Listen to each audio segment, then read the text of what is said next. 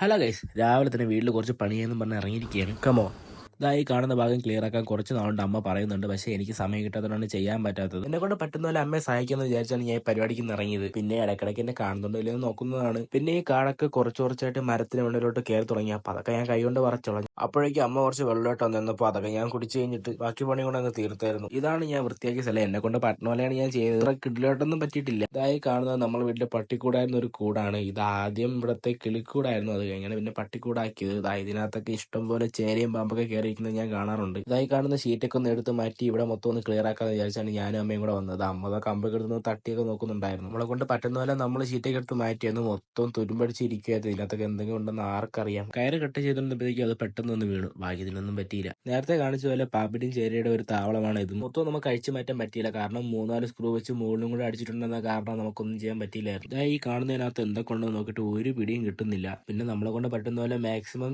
ഷീറ്റൊക്കെ എടുത്ത് മാറ്റിയായിരുന്നു. നേരത്തെ വെച്ച് മൺവെട്ടിയും കഴുകി കൈയും കാലും ഒക്കെ ഒന്ന് കഴിയുമ്പോഴത്തേക്ക് ഇന്നത്തെ പരിപാടി എല്ലാം കഴിഞ്ഞു. അപ്പോൾ ഓക്കെ, ബൈ.